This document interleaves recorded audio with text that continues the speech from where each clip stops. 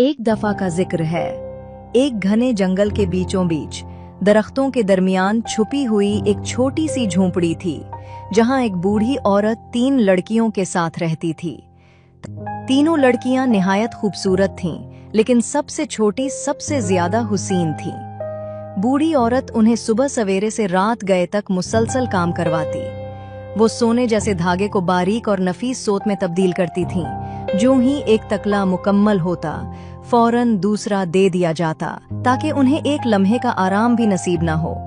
ये धागा निहायत बारीक और बेऐब होना जरूरी था। जब काम मुकम्मल हो जाता तो बूढ़ी औरत सोत को एक खुफिया कमरे में बंद कर देती। वो साल में 2 या 3 बार दूर दराज सफर पर जाती और 6 दिन के बाद वापस आती। इसलिए लड़कियों को कभी इल्म न होता कि वो क्या लाती है। न ही वो कभी बताती कि ये सोने का धागा कहाँ से आता है या उसे किस मकसद के लिए इस्तेमाल किया जाता है।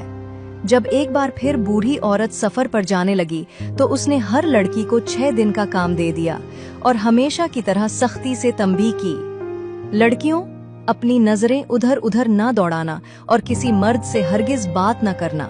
अगर ऐसा किया तो तुम्हारे सोने जैसे धागे की चमक मांद पड़ जाएगी और तुम पर मुसीबतों के पहाड़ टूट पड़ेंगे।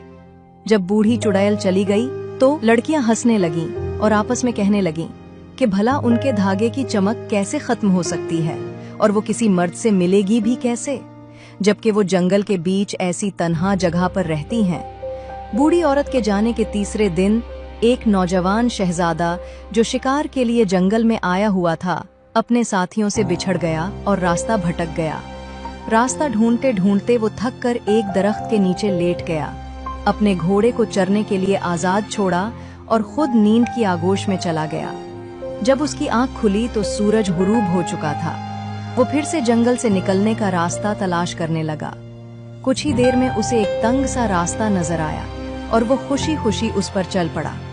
यही रास्ता उसे इस झोंपड़ी तक ले आया जहां तीनों लड़कियां रहती थीं। लड़कियां झोंपड़ी के दरवाजे पर बैठी ठंडी हवा से लुत्फ अंदोज हो रही थीं कि अचानक शहजादे को आते देखा तो चूक गईं। शहजादे ने नहायत शाइस्तगी से उन्हें सलाम किया और बताया कि वो रास्ता भटक गया है और बहुत भूखा और थका हुआ है। बड़ी बहनों को फौरन बूढ़ी औरत की तंबीह याद आ गई और उन्होंने छोटी बहन से कहा कि उसे अंदर ना आने दे, मगर सबसे छोटी बहन शहजादे की हालत देखकर रहम में आ गई और उसे अंदर आने दिया। उसने उसे खाना दिया और शहजादे की दिलकश बातों में खोकर वो बूढ़ी औरत की तंबीह भूल गई और घंटों उसके साथ बातें करती रही। उधर शहजादे के साथी उसे हर तरफ तलाश कर रहे थे, लेकिन कामयाब ना हुए। उन्होंने बादशाह को उसके गुम होने की खबर भिजवाई। बादशाह ने फौरन सिपाहियों का एक दस्ता रवाना किया। 3 दिन की तलाश के बाद वो आखिरकार इस झोंपड़ी तक पहुंच गए। शहजादा जाने से पहले सबसे छोटी लड़की से वादा करके गया कि वो वापस आएगा और उसे अपनी दुल्हन बनाएगा।